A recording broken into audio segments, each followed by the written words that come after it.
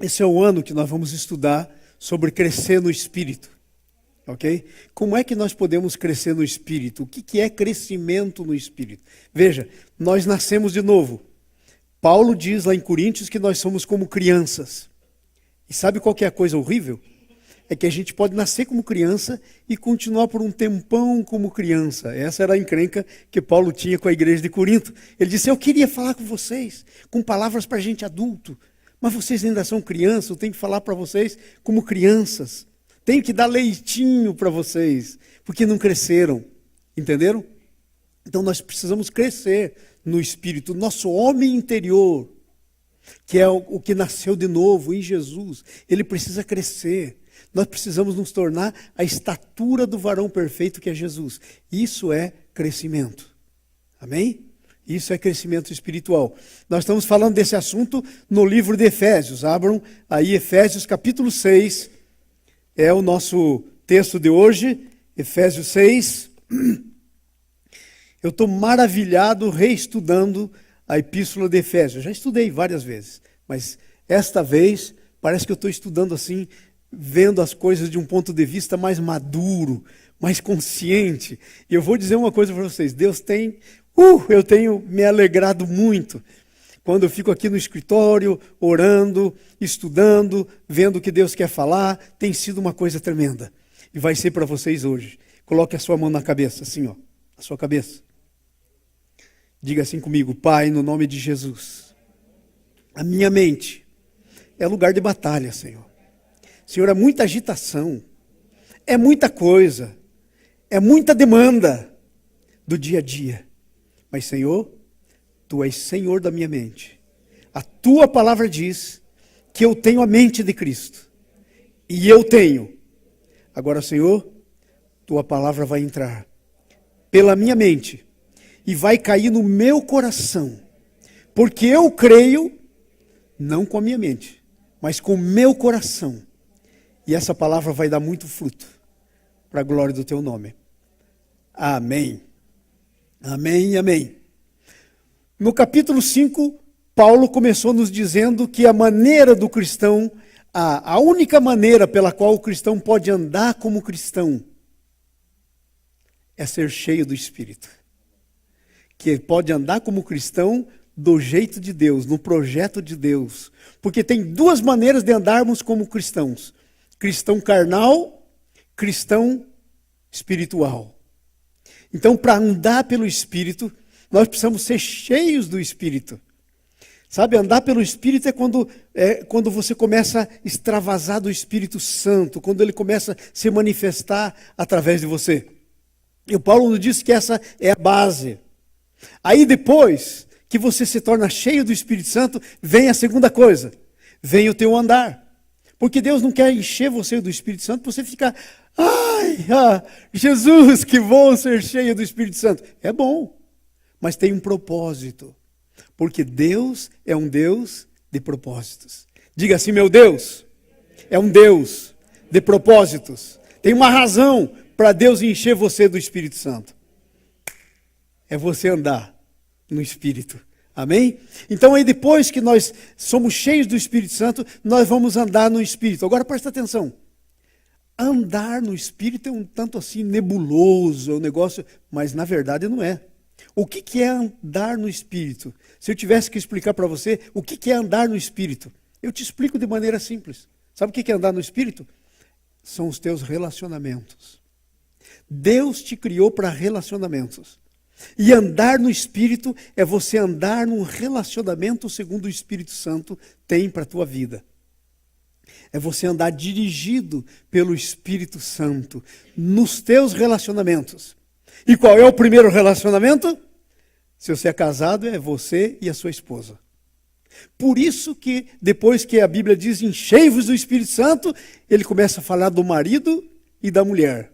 A mulher submissa, o marido como Jesus. Maridos, não chegue na sua casa e diga assim, mulher, você tem que ser submisso. Porque se você disser assim, tem alguma coisa que você não entendeu. Sabe o que você não entendeu? Que a mulher tem que ser submissa a Cristo. Você só tem autoridade de dizer para exigir a submissão da sua esposa quando você estiver sendo igual a Jesus. Porque Jesus não mandou mulher nenhuma se manifestar com submissão a um capeta. Não, não tem isso. Não, isso não tem. Não está na Bíblia, ok? A palavra é forte, mas eu estou falando com o homem. Se falando com as mulheres, eu falaria mais brando. Estou falando com os marmanjos, homens. E aqui só tem homem com H. Então a coisa é a seguinte: Deus não mandou mulher nenhuma se submeter a um capeta. Porque diz, sejam submissos aos seus esposos como ao Senhor. Então se ele, agora estou pensando em igreja, se ele se ele sair da linha, vai ter que ter uma escolha. Quem você obedece?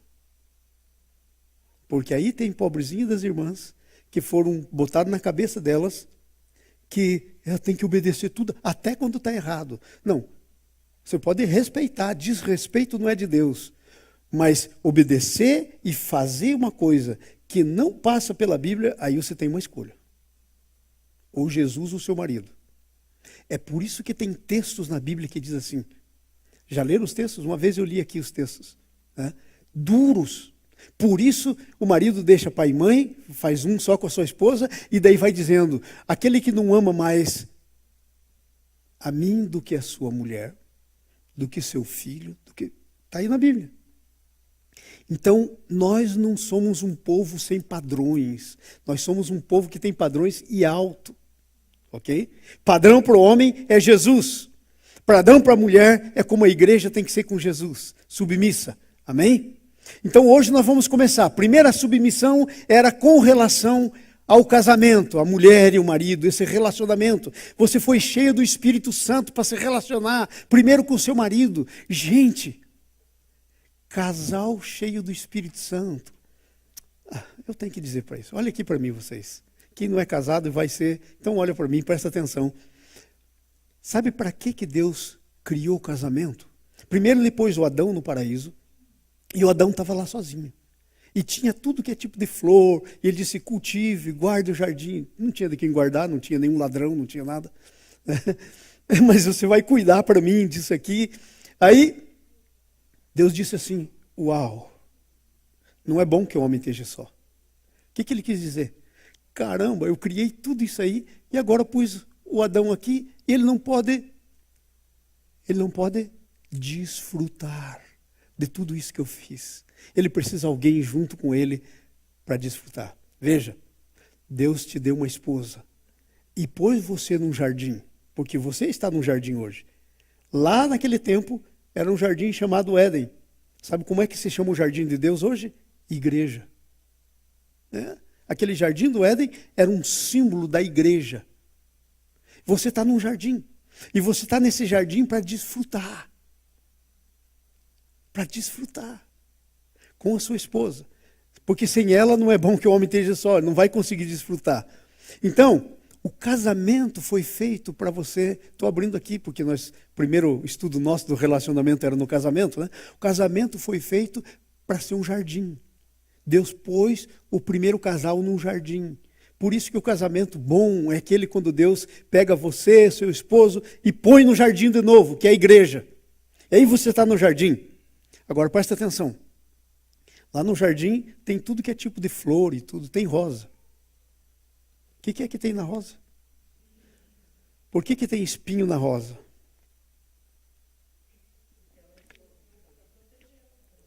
Exatamente. Para você saber como você toca nela. Você não pode tocar nela de qualquer jeito. Talvez você nunca entendeu que a sua mulher é uma rosa. Cuidado como toca nela. Cuidado como toca nela. Se tocar de qualquer jeito, fere a mão. Tá? Porque Deus pôs isso lá. Amém? Hoje nós vamos continuar no capítulo 6. E nós estamos dizendo que no 5 nós vimos, ele nos encheu do Espírito, mulher e mulher, mulher e homem, o marido, o casal. Depois Paulo diz, continua demonstrando como devemos andar nesse relacionamento com o Espírito Santo. E o segundo relacionamento que vem é filhos e pais. Como é que filhos e pais andam? Irmãos, infelizmente, nas famílias hoje, às vezes pai não se dá com o filho, mãe não se dá com a filha. Que negócio é esse? Então, como é que um pai cheio do Espírito Santo se relaciona com seus filhos? Como é que uma mãe cheia do Espírito Santo se relaciona com os filhos? Primeira coisa, o relacionamento pai e filho cheios do Espírito Santo. Filhos. E ele começa a falar para os filhos, primeiramente, antes dos pais. Ele diz assim: obedecei os pais no Senhor. Gente, por causa da nossa cultura, principalmente a cultura brasileira, machista, sabe, impositora. Então, às vezes, a gente entende tudo errado. Menino, não faz isso, eu não quero. Por quê, pai? Porque não quero. Não, não existe. O que está escrito aí? Aí no primeiro, A1, obedecei os pais no Senhor. No Senhor. Gente, o padrão para ser um pai é o Senhor. É um pai, é o Senhor. Esse é o padrão. Então, muitas vezes, a gente não está como sendo o Senhor e está querendo que sejam submissos. É a mesma coisa do marido e da mulher. Desonra os filhos. Ah, menino, você é burro. Você não serve para nada. E desonra. E aí, quer que haja submissão. Quer que haja submissão. Gente, nessa face dessa terra, eu acho que por Deus não ter terminado com a gente, não tem nenhum casal perfeito. Que eu estou dizendo matrimônio e filhos. Né? Mas há alguns que entenderam bem e estão andando bem. E a Bíblia é muito clara. A quem honra, honra. A quem glória, glória. Eu posso citar um aqui na igreja. Fabiana e André. Conheço a vida deles. Sei como o André se relaciona com os filhos. Sei como as coisas funcionam. Então, andaram isso, entenderam isso. Às vezes, nós não entendemos direito. Mas entenderam e andaram. E sabe, é possível chegarmos lá. Mesmo que você tenha 5, ainda assim é possível. Porque 5... Então, é no Senhor o relacionamento de pai e filho. Gente, o cristianismo tem um padrão. Qual é o método para medir? Jesus. Você não pode se medir por mim, você não pode se medir. Sabe, o padrão é Jesus. Então, por isso que é no Senhor.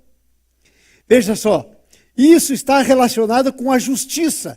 A Bíblia diz, obedecei aos vossos pais, porque isso é justo. Está se relacionando com a justiça. Está ligado à justiça.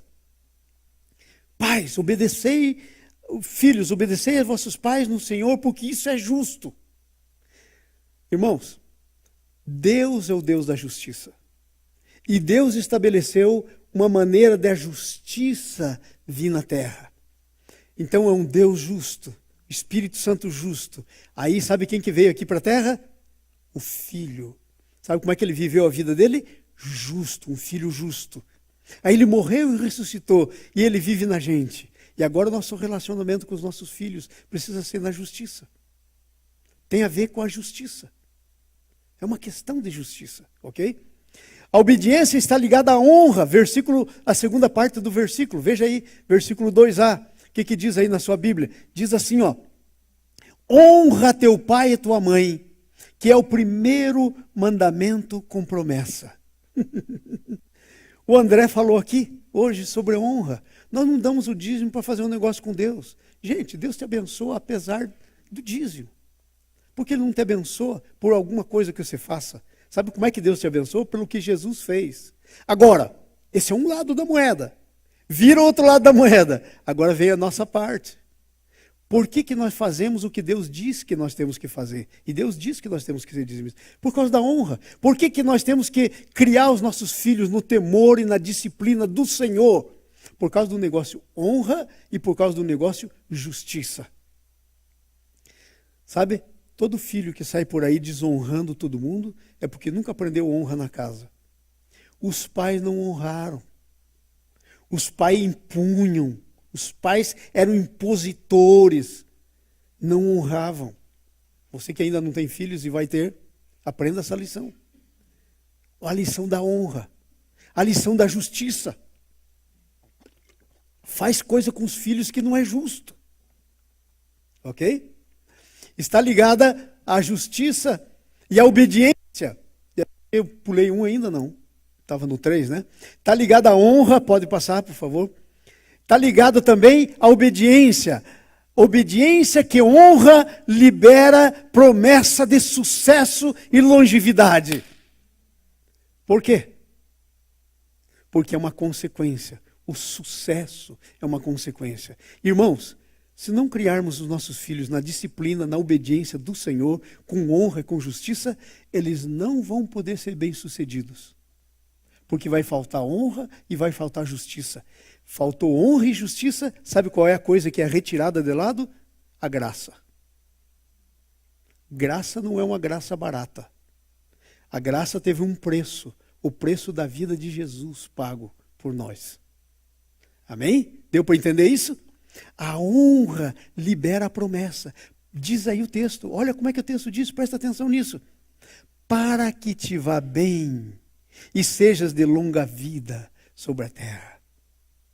Para que te vá bem e seja de longa vida sobre a terra. Tremendo isso, né? Agora vem a parte dos pais. Versículo 4. Está falando sobre os pais. Veja o que diz aí o versículo 4. Diz assim: e vós, pais, não provoqueis os vossos filhos a ira, mas criai-os na disciplina e a demonstração do Senhor. Eu tenho que falar isso, eu nunca vou esquecer. Foi uma coisa que marcou minha vida. Thaís estava em coma, tinha quebrado a cabeça, chocou assim. O médico disse, ela não vai viver, né? Ela vai morrer. Estava no hospital em coma. E aí ela acordou do coma. E tinha saído muito sangue na sua cabeça. Então o cabelo, Thaís tem um cabelo grande. E aí o que aconteceu? Aquilo ficou assim, o sangue coagulou e ficava quase arrancando os cabelos dela, porque coagulou e aí puxou. Aí quando ela acordou do coma, ela dizia assim, Felipe, vem aqui, solta o meu cabelo. Aí como é que o Felipe ia soltar o cabelo? Só tinha um jeito, lavar o cabelo, né, para tirar o sangue.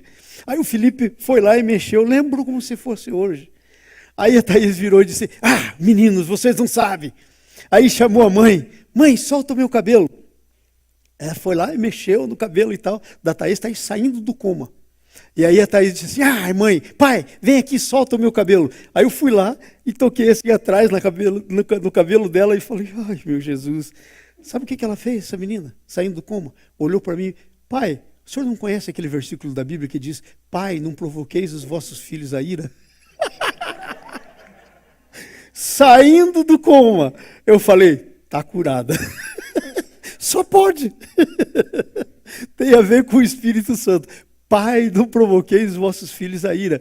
Então é um negócio interessante. Não provoque o filho a ira. Como é que a gente provoca um filho a ira? Querendo que o nosso filho ande num padrão que é de adulto. Isso provoca ira. Você quer que a criança não seja criança. Você não entende que a criança é criança. Atenção. Não estou falando de mal educação. Porque tem criança mal educada. Não é educada em casa. E aí quando sai aparece a mal educação, né? Não estou falando disso. Mas estou falando que criança é criança. Vai fazer criancice. Ok? E toda vez que colocamos um padrão muito alto, que está para cima delas, sabe o que a gente faz? Nós estamos provocando a ira. Porque nós estamos colocando uma coisa inatingível. Cada vez que uma promessinha é feita, pode ser menor, e você não cumpre, provocou a ira. O menino fica rebelde, a menina fica chorosa, provocou a ira. Além da desonra, além da injustiça, provocou a ira. Não provoqueis a ira dos vossos filhos. Há muitas maneiras de provocar a ira. Essa é uma maneira muito simples, é prometer e não cumprir. Não, eu vou fazer isso com você. Aí cria toda uma expectativa e daí não faz nada. Vocês estão entendendo o que eu estou dizendo? Faz sentido isso? Aí na Bíblia, a demonstração do Senhor. A demonstração do Senhor. Primeiro tem que ser cheio do Espírito. Segundo, tem que ser nas leis que Deus colocou, né? Tem padrões.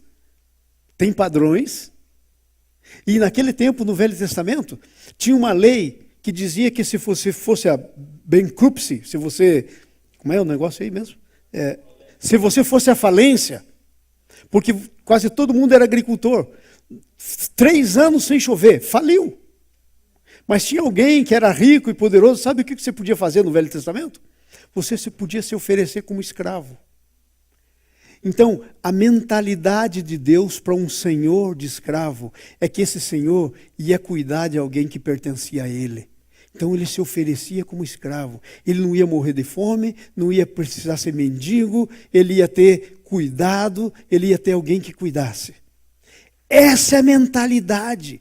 Mas a mentalidade que hoje, infelizmente, está na igreja cristã, sabe o que é? É uma mentalidade do mundo, não é do reino. É o problema dos relacionamentos com os nossos amigos, na igreja, com os irmãos, não estar cheio do Espírito Santo. Esse é o problema. Esse é o problema. Porque se tiver, ele vai olhar você como o Deus dele, como o seu Senhor. É como o marido e a mulher. A mulher devia olhar para o seu marido como sendo como Jesus.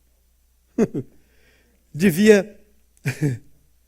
Eu vou falar isso porque, afinal de contas, se é a líder aqui, aguenta o tranco. Vou falar. Às vezes eu escuto a Fabiana falando do André, eu digo assim, que negócio. Porque não estou muito acostumado a ouvir. Ela fala, o André, que é o André? Eu fico pensando, caramba. E o André disse isso. E o André... Eu falo, mas esse cara parece o Deus dela. Aí quando... Não, eu estou falando a verdade. Aí quando eu vi nesse texto, adivinha, Fabiana? Deus me trouxe você na minha mente nesse texto. Porque esse é o negócio. Agora, eu quero ver uma mulher fazer isso se você não for como o André. Aí os maridos querem, Maria, me trate como a Fabiana trata o André, viu? Ué, seja como ele é, que se vai ser tratado. Entenderam? Essa é a verdade. O relacionamento de honra, de submissão, de fidelidade. Então era assim com o servo. O servo tinha que olhar para a pessoa e dizer, tratar ele como Jesus. Sabe quando aquela pessoa que vem fazer um servicinho na sua casa e ela entra lá, como é que você trata? Olha, presta atenção. Uma vez encontrei um senhor que morava na Suíça. E ele tinha uma pequena propriedade. E ele tinha 3 empregados. Você sabe qual era o melhor quarto que eles tinham na casa? Os melhores quartos eram dos empregados. Eles literalmente serviam. E quando eu ouvi aquele negócio, eu falei, peraí, esse cara é marciano? De que planeta que ele está vindo? Por quê? Por causa da cultura brasileira. Essa é a cultura bíblica. Essa é a cultura do reino. O melhor quarto na casa era. Aí eu e a Anice fomos para um retiro lá no Chile. E aí disseram para a gente quem ia hospedar e tal. E nós chegamos, o pessoal estava hospedando. E aí nós chegamos na casa, era uma casa humilde, simples. E a gente entrou na casa, cadê os meninos? Vocês têm filhos? Sim, temos, eles vão ficar aqui durante o retiro na casa não sei de quem. Falei, eles devem estar trabalhando no retiro, né? Foi o que eu pensei. Aí entramos lá e tal, nos levaram no quarto deles. E aí aquele negócio estava assim arrumado, não foi isso, Nisso? Coisa de primeira, que eles não tinham no dia a dia deles. Aí eu falei, que lição eu estou aprendendo aqui. Como hospedar alguém. Estão me hospedando como se Jesus tivesse chegado nessa casa. E olha, eu vi isso, eu fui hospedado assim. E aí a gente adotou um costumezinho lá. Chegava gente lá na nossa casa, não é isso mesmo? A gente dava a nossa cama. E a gente ia para a cozinha. A gente na cozinha. Porque, né?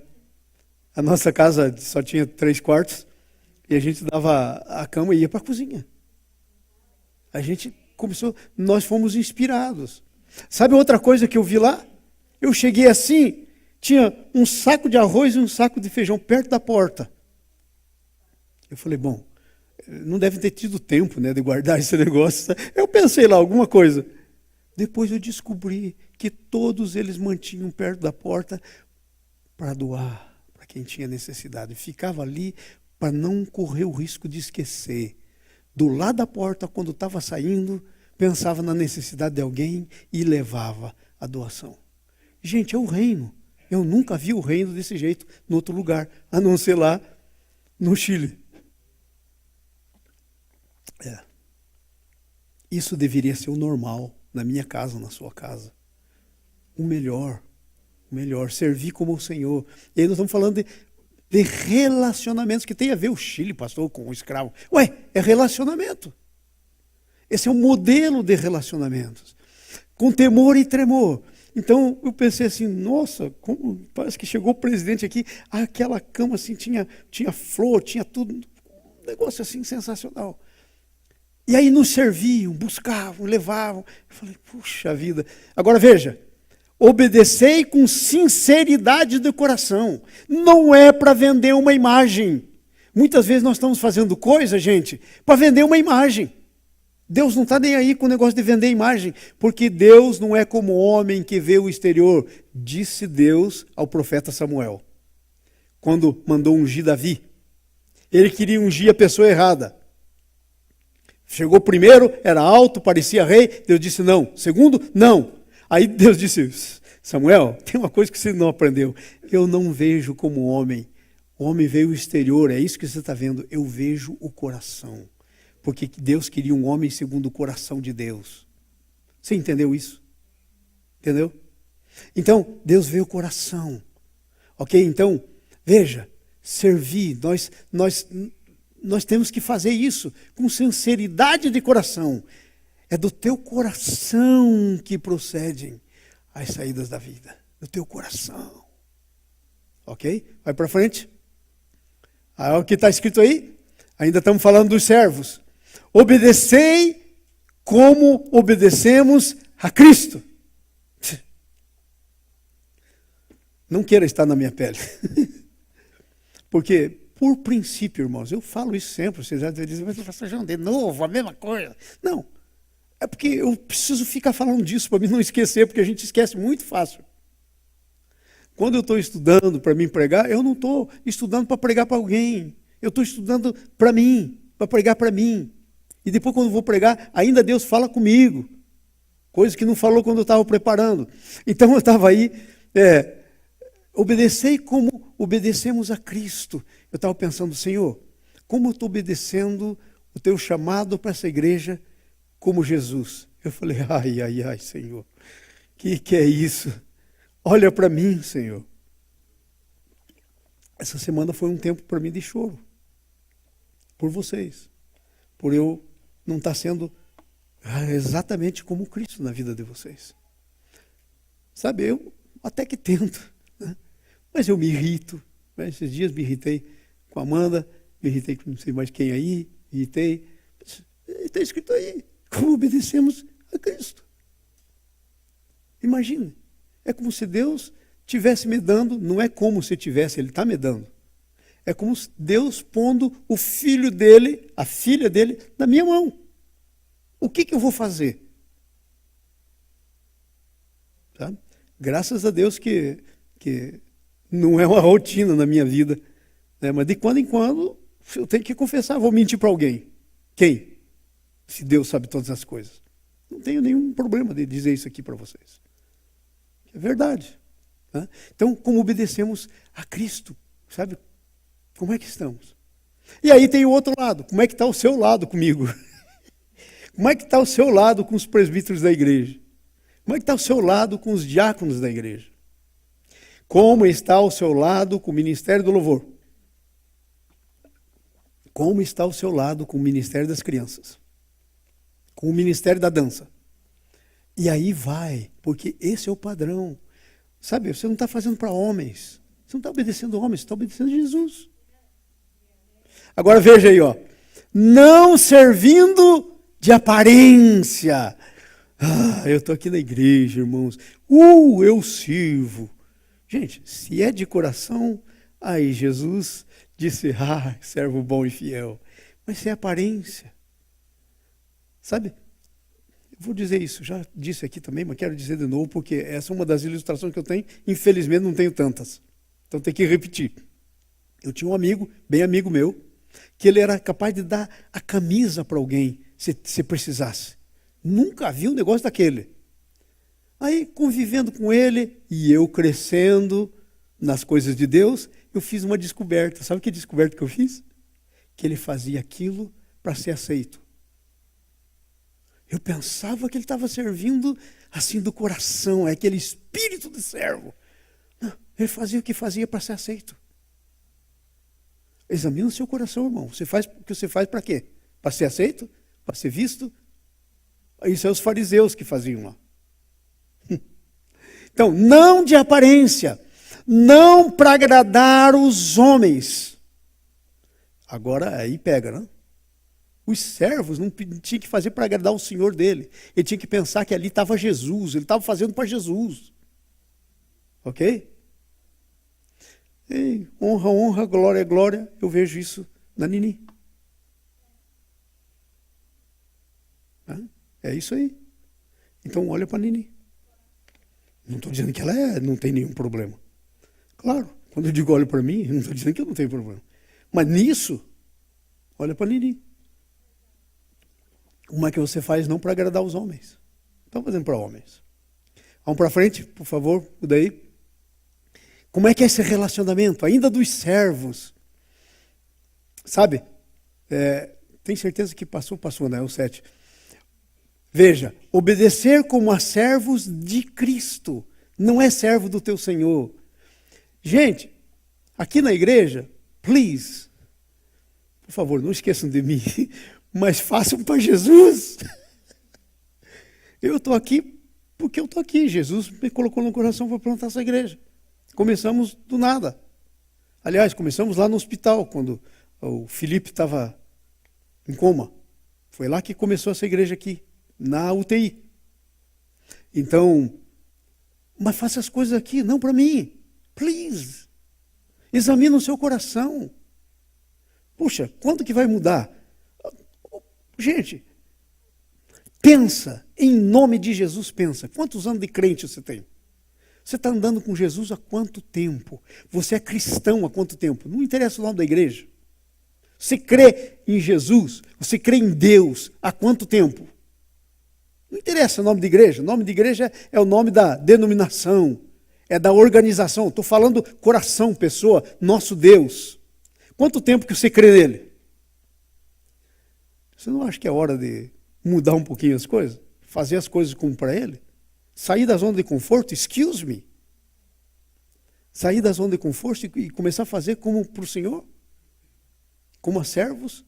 Obedecer de coração, fazendo a vontade de Deus. Você tem que entender que Deus tem uma vontade perfeita, boa, santa e agradável para você. E que Deus, alguém vai abrir o espaço para você. Veja, Deus tinha uma vontade boa e santa, agradável para Davi. E Deus tinha que ter alguém para abrir o caminho para Davi. A unção de Davi estava na mão do profeta Samuel. Deus tinha uma vontade santa, perfeita e agradável para um homem chamado Eliseu. A unção do Eliseu estava na mão do profeta Elias, que ia abrir o caminho para o Eliseu. Deus tinha uma vontade santa, perfeita e agradável para Jesus. A unção de Jesus estava na mão de João Batista, lá no Rio Jordão. Veio o Espírito Santo, aquilo era a unção de Jesus. A unção de Paulo, Deus tinha uma coisa perfeita e agradável, uma vontade perfeita, santa e agradável para Paulo. A unção de Paulo estava na mão de Ananias. A única coisa que nós sabemos de Ananias na Bíblia é que ele ungiu Paulo. Precisa mais? O Paulo! Não precisa mais. Se ele fez só isso na vida, Veja quem foi o Paulo. Você está entendendo? Então, o que é que eu estou falando? Sabe? Obedecer como a Cristo. Obedecer de coração, fazendo a vontade de Deus. Deus vai usar alguém para abrir o caminho para você. Mas não é o alguém, sabe? Não é o Ananias. Não é o Samuel. Não é o Elias. Aliás, Jesus da glória, se fosse o Elias, o negócio estava feio. Porque o Elias estava numa deprê tão grande que queria morrer. Estava pedindo para Deus para morrer. Mas a unção do Eliseu estava na mão dele. Entrou lá, sentou debaixo da árvore, mandou seu discípulo embora. Ai, Senhor, eu quero morrer porque não sou melhor do que meus pais. Aí Deus diz, bobinho, tem 7.000 que não dobraram o joelho Baal. Está pensando que você é grande coisa? Ficou só você? Ficou nada, tem 7.000. E ele vai lá para o monte e Deus fala com ele. Na maior depressão de morte. Não interessa. Foi ele que Deus que usou ele para abrir o caminho para Eliseu. Assim é com você. Mas você tem que parar de fazer as coisas como o pastor João. Estou fazendo aqui. Não, pastor, eu estou fazendo para a igreja. O que está fazendo para a igreja? Você está fazendo para a igreja, irmão? Meu conselho para você, para agora. Ou faz para Jesus, e aí vale a pena. Ou para. O que está fazendo?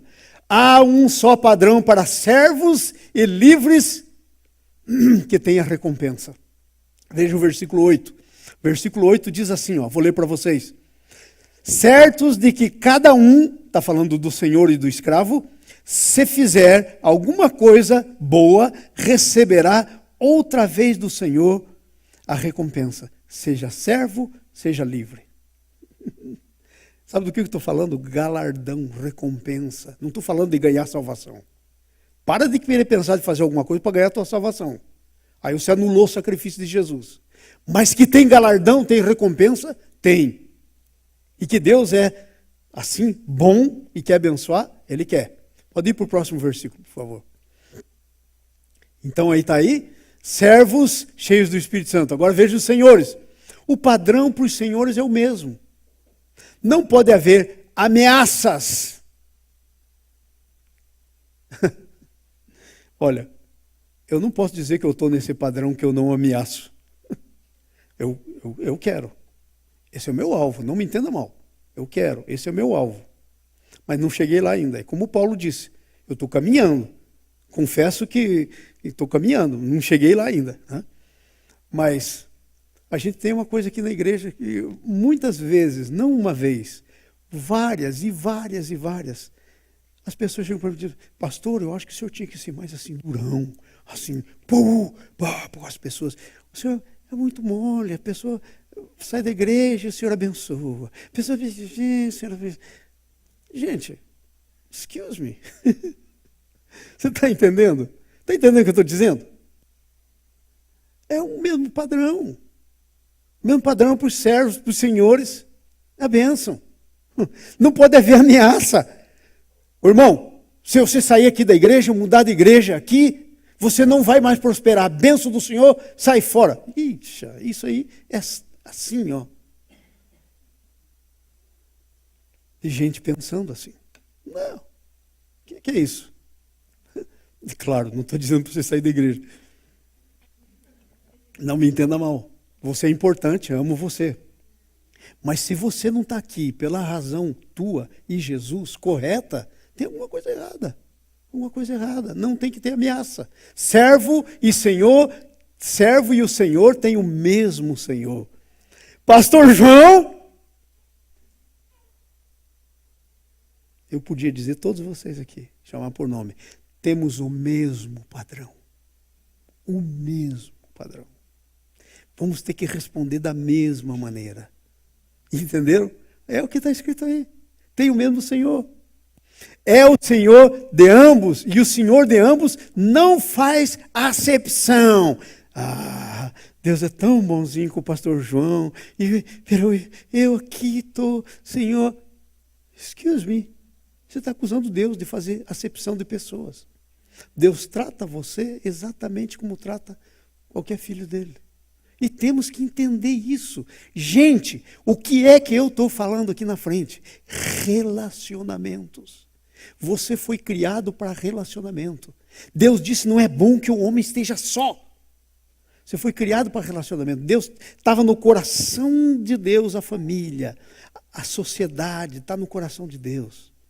Os relacionamentos estão no coração de Deus. E é isso que o diabo quer perverter. Não há acepção. Vamos para frente? Estamos terminando praticamente. Conclusão. Deus é um Deus de um só padrão. Gente, olha aqui para mim, ó, por favor. Deus é um Deus de um só padrão. O padrão para você é o para mim, é para todos. Deus não faz acepção de pessoas. Deus é um Deus de só padrão. Isso faz com que a justiça divina seja imparcial. Opa, comi um i lá, né? Imparcial é meu dedógrafo. Por essa razão, os relacionamentos cristãos não são ajustados às circunstâncias, tais como posição social, cor, sexo, posição na igreja.